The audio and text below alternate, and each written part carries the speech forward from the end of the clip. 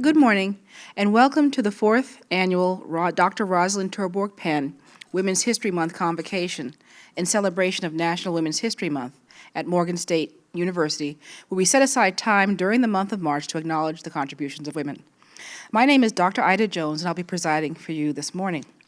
The Terborg Penn Women's History Month Convocation Committee, comprised of Dr. Adele Newson-Horse from the Women, Gender, and Sexuality Studies Program and myself from the Beulah M. Davis Special Collections Department, seek to infuse the Terborg Penn Women's History Month Convocation with the annual National Black History theme established by the Association for the Study of African American Life and History, of which Dr. Terborg Penn participated, and was actively involved.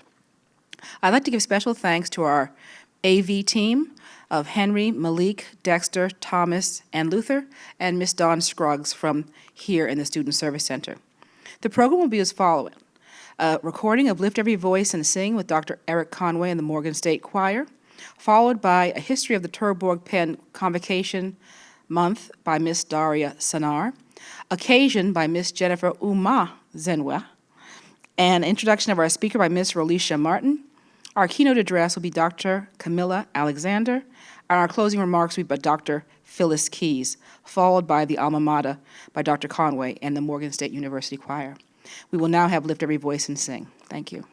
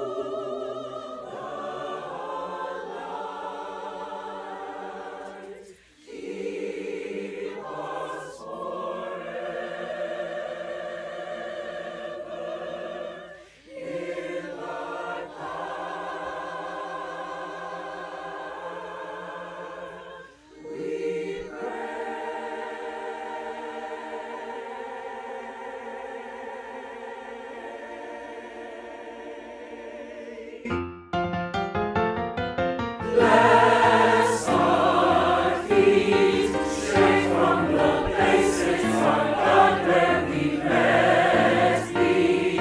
Bless our hearts, drunk with the wine of the world, we forget thee. Shadow beneath thy hand,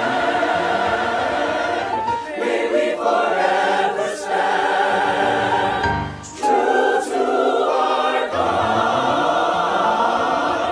true to our native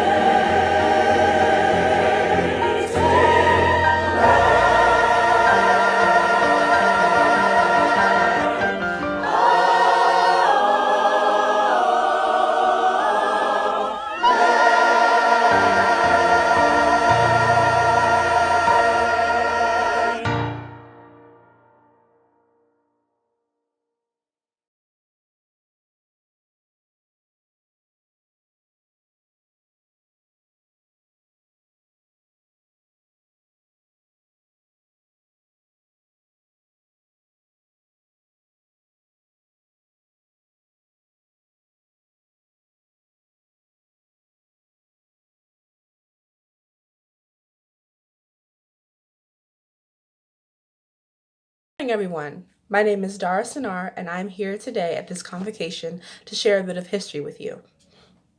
In 1926, Dr. Carter G. Woodson created Negro History Week to share the accomplishments of African Americans with the world. He selected February to honor the birthdays of President Abraham Lincoln and Frederick Douglass, roughly between February 12th and February 14th. In 1976, under the U.S. President Gerald Ford, Negro History Week was renamed African American History Month. President Ford stated that all Americans would benefit from acknowledging the accomplishments of African American citizens. It is important to note that Dr. Woodson's organization, the Association for the Study of African American Life and History, founded in 1915, crusaded throughout the 20th century to ensure that every citizen would know the name and work of Dr. Carter G. Woodson. In 2022, Woodson's Association continues to champion the researching, publishing, and promotion of African American history, life, and culture. Every year, the association selects a Black history theme to guide a targeted discussion about African American history.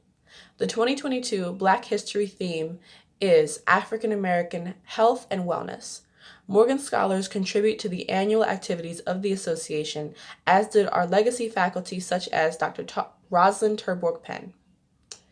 To fast forward, Morgan State and Dr. Woodson found synergy in September of 1989 during the presidential administration of Dr. Earl S. Richardson. President Richardson instituted a year-long celebration of African American history and culture to be marked by monthly convocations at which the Morgan community reminds itself of the achievements of its past and the imperative for even greater triumphs in its future, and at which it honors the great contributors to humanity. This year-long calendar from September to April consists of 9 convocations. In March, Women's History Month, this convocation highlights the contributions of women. In 2019, Dr. Edwin Johnson and others proposed that the Women's Convocation be renamed the Rosalind Terborg Penn's Women's History Month Convocation. President Wilson agreed, and in 2019, the inaugural Dr. Terborg Penn Women's History Convocation was born. In brief, Dr. Terborg Penn taught at Morgan for over 35 years in the Department of History. Her research interests were African and African American women's history. Her scholarship pioneered the formation of African American women's history as a credible subfield within history.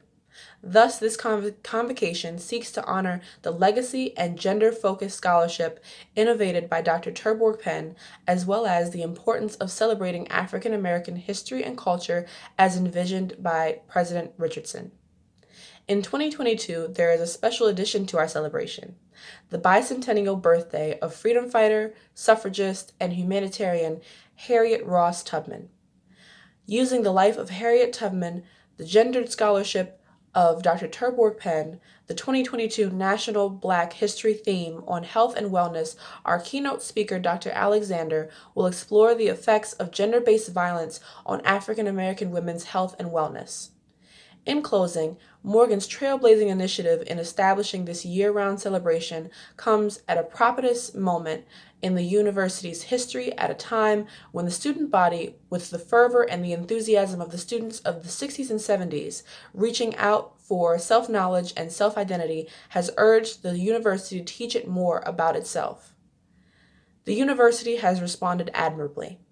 The Women, Gender, and Sexuality Studies program is expanding their course offerings into general education requirements for all Morgan students. In the midst of the pandemic, the convocations went viral and are now in hybrid mode, continuing in the tradition of Dr. Woodson, Dr. Richardson, and Dr. Terborg Penn. Finally, for all convocation content, please visit Morgan State's YouTube channel. Thank you. Good morning, everyone. My name is Jennifer Omizenwa. I'm a student in the English program here at Morgan State University. I am here to present the occasion around the subject of African American women health disparities at this convocation. Caring for myself is not self-indulgence. It is self-preservation, and that is an act of political welfare. Other Lord's words are beyond inspirational, but an actual blueprint of how African Americans in general and African American women in particular sought to retain ownership over their bodies, health, and wellness. In concert with the Association of the Study of African American Life and History and their Black Health and Wellness, we in the Women, Gender, and Sexuality program will utilize the 2022 Terborg Penn Women's History Month Convocation to explore Black women's health and wellness. The platform of this convocation, a hybrid, is a glaring example of how the pandemic greatly impacted physical, emotional, financial, and psychological health and wellness at our fair, Morgan. Prior to the pandemic health disparities for African American women, both cis and transgender were fraught with violence from partners, chronic disease, overpolicing, malnourishing, and psychological torment. For example, the organization Our Black Girls reported, according to the National Crime Information Center of the FBI, approximately 33% of people reported missing are Black, but that isn't reflective of the evening news. Lawrence Smith Fields from Connecticut was found dead after an encounter with a Bumble date with alleged connection to the local police department. Autopsy report found fentanyl in her system. Her case is still under investigation because her family and friends are pushing the case.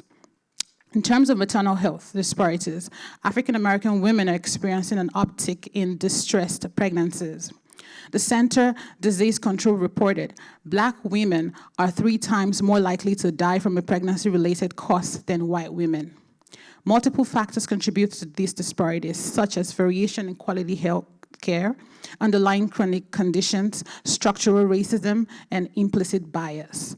Tennis phenom Serena Williams experienced a smooth pregnancy and emergency cesarean followed by pulmonary embolism, which is a condition in which one or more arteries in the lungs becomes blocked by a blood clot. Serena noted, "Because of my medical history with this problem, I live in fear of this situation. So when I fell short of the breath, I didn't wait a second to alert the nurses." Yet, there is silver lining.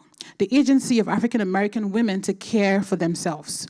Our enslaved ancestors utilized nature, herbs, spirituality, and other indigenous practices to stabilize themselves and create stasis within their communities and spheres of influence. The formation of the Black Women's Clubs movement married indigenous and scientific practices to teach and modernize rural communities. Cultivating farms, providing immediate care, sharing workloads, they survived. In 1983, Bill Y. Avery founded National Black Women's Health Project.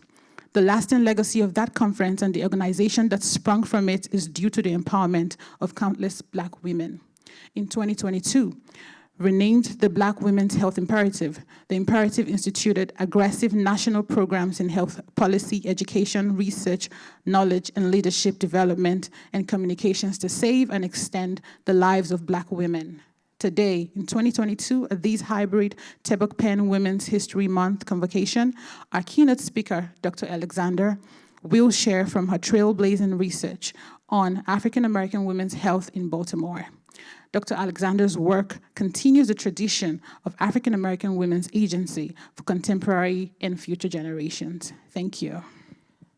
My name is Rolisha Martin. I am the retention coordinator for the School of Computer, Mathematical, and Natural Sciences. But I also have the distinct pleasure of introducing Dr. Kamala Alexander, who is a friend and mentor, research mentor to me. Dr. Kamala Alexander, Dr. Kamala A. Alexander, is an assistant professor and associate director of the PhD and postdoctoral programs at the Johns Hopkins School of Nursing. Her research examines the socio-structural determinants of trauma and violence on sexual, mental, and reproductive health outcomes among marginalized young people. As a trained advanced practice public health nurse, Dr. Alexander uses health equity and social justice lenses to examine the complex roles that intimate partner violence, HIV resilience, societal gender expectations, and economic opportunity play in the experience of intimate human relationships. She is recognized for her scientific and community-engaged leadership as a member of the inaugural cohort of Betty Irene Moore Fellowships for Nurse Leaders and Innovators. Dr. Alexander has been a leader in advancing health equity in interprofessional activities and leadership roles within and outside Johns Hopkins. She is the inaugural chair of the Nursing Initiative of the Mid-Atlantic Center for AIDS Research, or CFAR, Consortium. Lead faculty for the Violence Working Group at the Johns Hopkins Center for Injury Research and Policy, chair of the HIV/STI Committee of the Society for Adolescent Health and Medicine, and the associate director of the NIH-sponsored Interdisciplinary Research and Training in Trauma and Violence T32 training program at Johns Hopkins. Dr. Alexander earned a BS in exercise science from Howard University, a BSN, an MSN, and PH from the Johns Hopkins School of Nursing, and a PhD in nursing science from the University of Pennsylvania. Her goals are to not only promote health and prevent morbidities, but to lead and create investigations that affect practice and policy on a global scale. Without further ado, I'd like to welcome our keynote speaker for today's convocation, Dr. Kamala A. Alexander. Thank you so much for this invitation, and thank you for that introduction, Rolisha. It's such a pleasure to work with you and to watch you grow as a budding scientist. So good morning to everyone. I'd like to say that my pronouns are she, her, and I'm delighted to be with you all today to honor the legacy of Dr. Rosalind Terborg Penn, a pioneering historian of Black women's history, who through her work and activism expanded our world's knowledge about the contributions of Black women to history, scholarship, and policy. So I am a nurse, a public health researcher.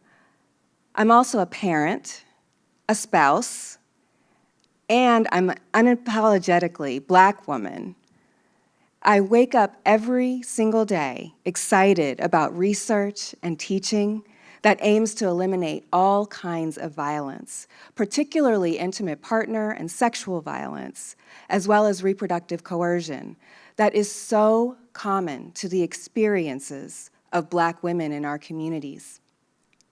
Intimate partner violence, or IPV, includes physical, sexual, or psychological harm, including threats by a current or former partner. IPV affects almost 1 in 2 Black women in the United States. That's compared to 1 in 4 in the general population of women in our nation. Homicide, most often at the hands of an intimate partner, is the second leading cause of death among young Black women in the United States. This is a globally recognized public health problem, and it's affecting millions of people and families worldwide. It is particularly detrimental to the lives of young Black women in many areas of our city, Baltimore. IPV is connected to the high rates of gun violence that are so persistent in our city. In my studies, more than 1/3 of young Black women report being coerced into pregnancy, and almost 90% report violence that includes psychological acts. So these types of violence, these types of experiences are often precursors to severe violence that is life-threatening and most often occurs among our young Black women before the age of 25. So violence is pervasive, it is patterned, it is persistent, and it's rooted in a desire for power and control from one partner over another. And at first glance, this issue can be minimized as an interpersonal or family issue between two people, glaring silently at the covered ears and turned backs of those in our public sphere. In fact, it can be so pervasive that it penetrates the daily routines and the daily paths that Black women must face as they traverse across our city, our states, and our country as a whole. Now, many of us sitting in this room or watching this program have been touched by violence in some way, whether through an embodied personal experience or through our close networks of friends and family that we care about. So I remember as a newly minted public health nurse in the mid-2000s, I cared for many Black women living with HIV or living in marginalized circumstances that presented risks to their safety and health, right here in Baltimore. But the stories of 2 women, Black women, continue to inspire my work. The first, a woman in her late 50s who was newly diagnosed with HIV, disclosed to me that she had acquired the virus as a result of sexual violence in the previous year. And while coping with this new reality, she had recently found a new, loving partner. But she was so ashamed to disclose her health status to him and was even more afraid to start a new relationship. So she felt shame, she felt stigma, she felt fear as she made her way through this journey. The other story was of a young woman, young adult woman in her early 20s, who frequently came to our Title X clinic requesting pregnancy testing. She was infected with chlamydia at almost every visit she had with me. Her partner insisted that they have a baby, but she couldn't negotiate her safety. She really loved him and was afraid that he would leave her.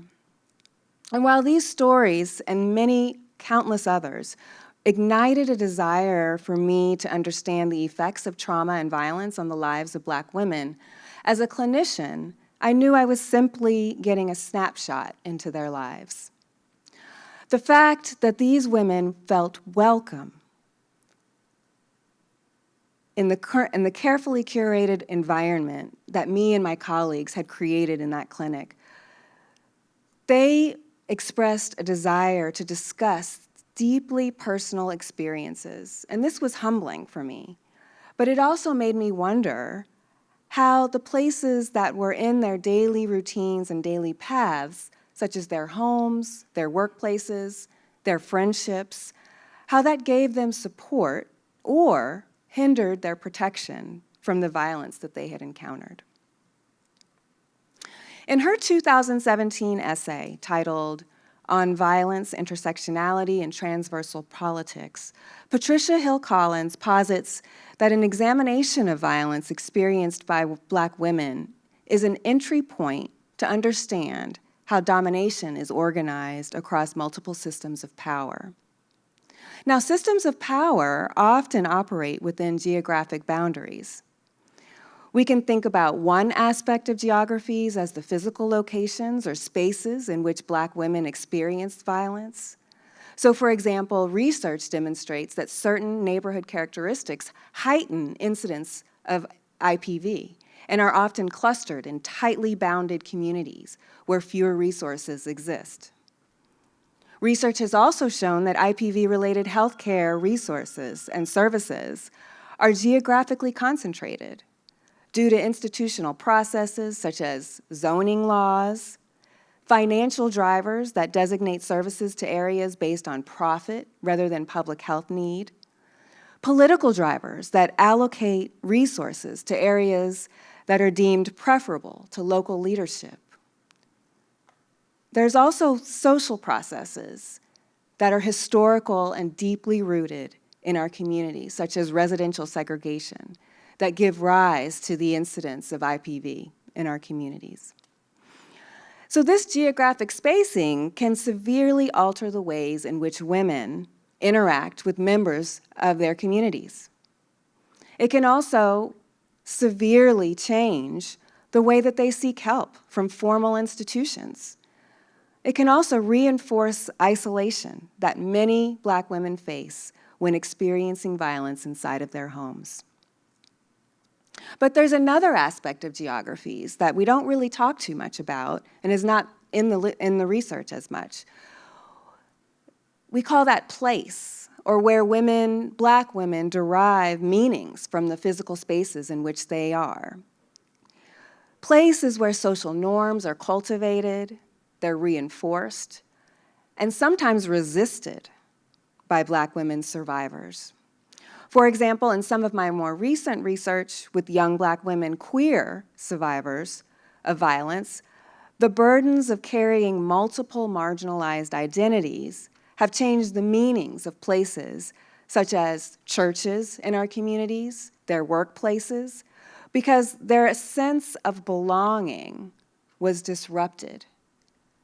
Women often report that the trauma of survivorship shifted their belief in safety, and support was reserved for some of their identities, but not others.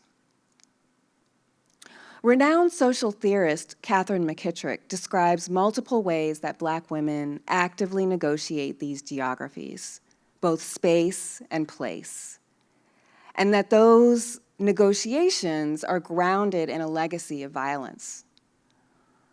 So she merges these concepts of space and place, calling them splace, to describe how traditional geographic examinations often dislocate Black women from an often complex picture. This dislocation renders Black women invisible. She argues that Black women do not passively absorb our environments and surroundings, but the ways that we make meaning of those spaces relates to persistent struggles against oppression and domination.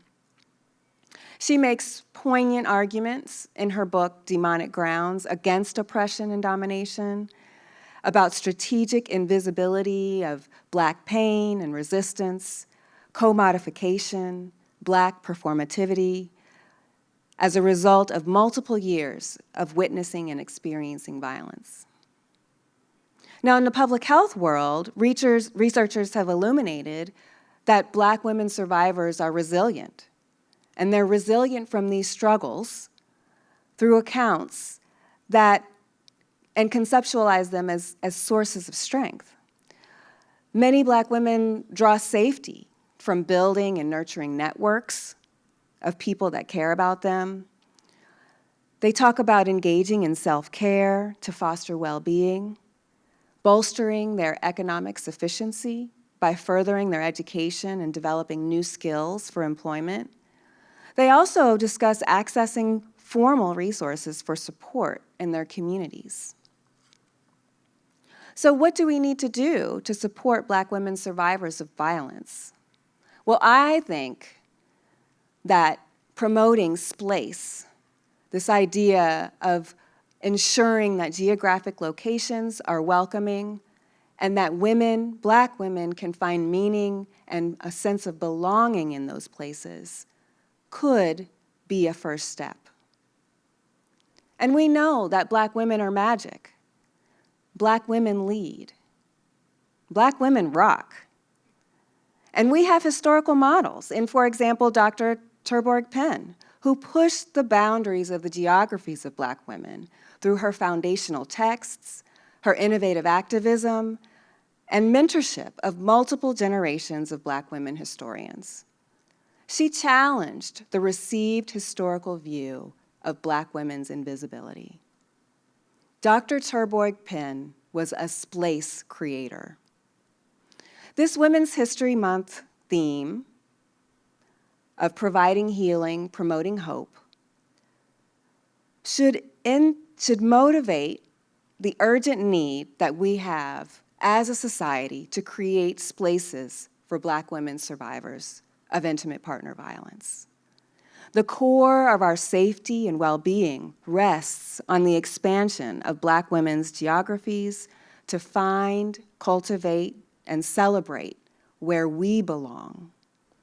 Gender-based violence is an enormous burden on our society as a whole and requires thoughtful consideration of SPLACE-based solutions that can attend to Black women's unique stories of trauma and healing. We can advance policies, we can advocate for our neighborhoods. We should insist that our leaders develop safety as a norm for our children, our families, and ourselves. Thank you.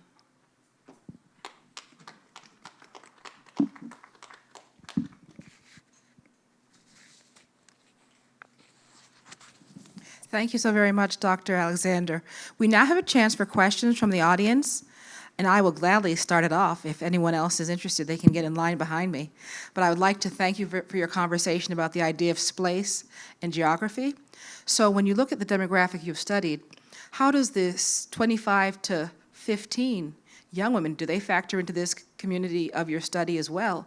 And if they're seeing such abused models, do they replicate that behavior? And then how can we intervene so it doesn't replicate itself for another generation? Thank you for the question, Dr. Jones.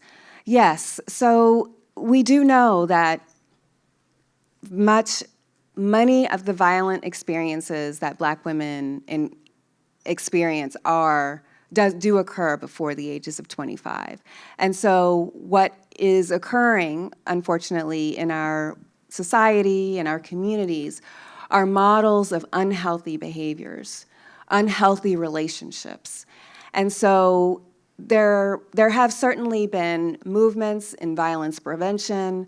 This has the attention of the Centers for Disease Control. There are numerous curricula that are being implemented in schools. We're now realizing that we have to start early. We have to start when young people are becoming interested in loving relationships and teaching them how to model consent, how to be respectful of one another and boundaries that can exist. And incorporating the idea of SPLACE would also include incorporating ideas of respect and consent outside of these interpersonal relationships. So respect for community is also respect for having a positive interpersonal relationship.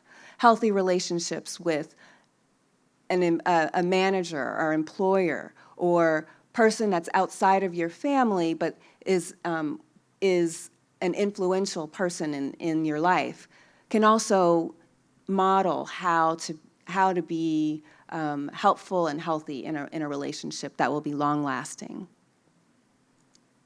Okay. I appreciate you for such a remarkable presentation. I have a question. So my minor is in women and gender studies, but I want to find out, is place a concept or a theory? Because I am approaching the stage where I have to write my dissertation, and I'm trying to find a very unique concept to analyze the text that I elect to use. And watching you talk about place, I think that's new, and we're going to try to see how we can incorporate that in our research, especially in the academia and in the Department of English.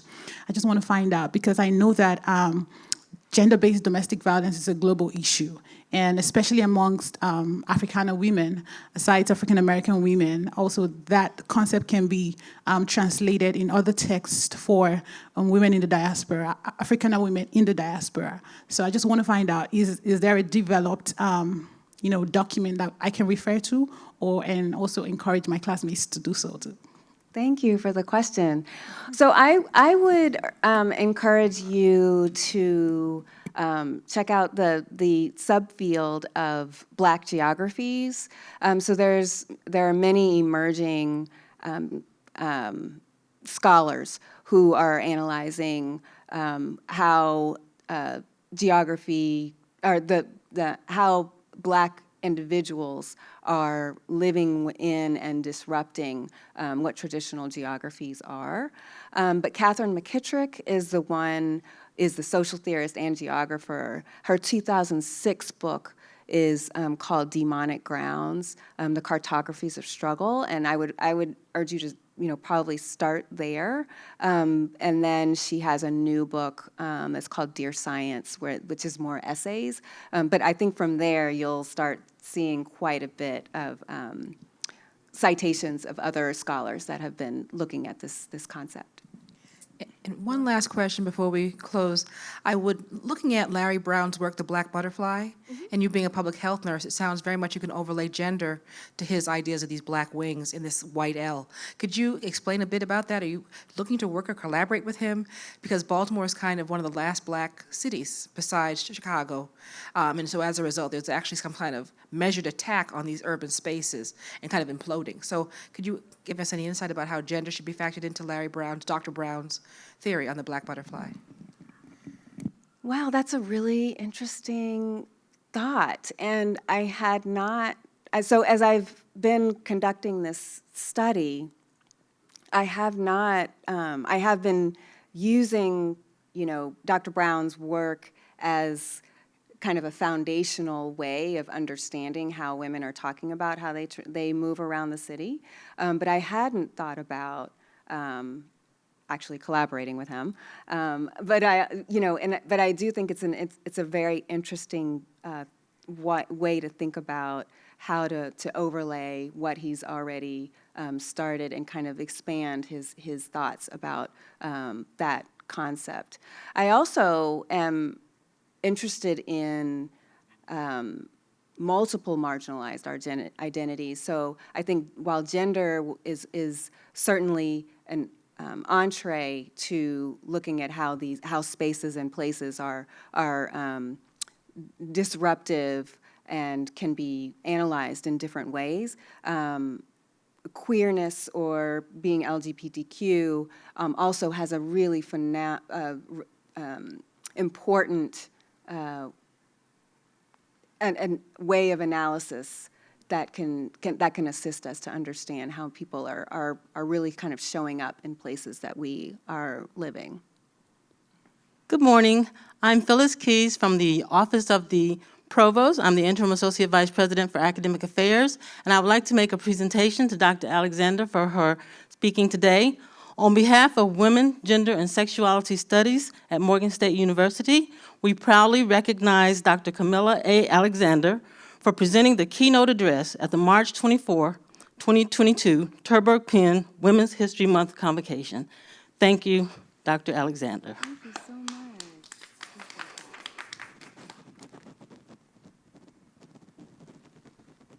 So I would like to again thank Dr. Alexander for presenting with us. I would also like to thank Dr. Jones and Dr. Newsomhurst, as well as all of the other participants who made this program successful today. And last, I would like to thank those who came out in person and those who are watching us virtually for the Women's History Month Convocation. I want to thank you for helping us to celebrate the achievement of women and also acknowledge the challenges that we face in society today. Thank you.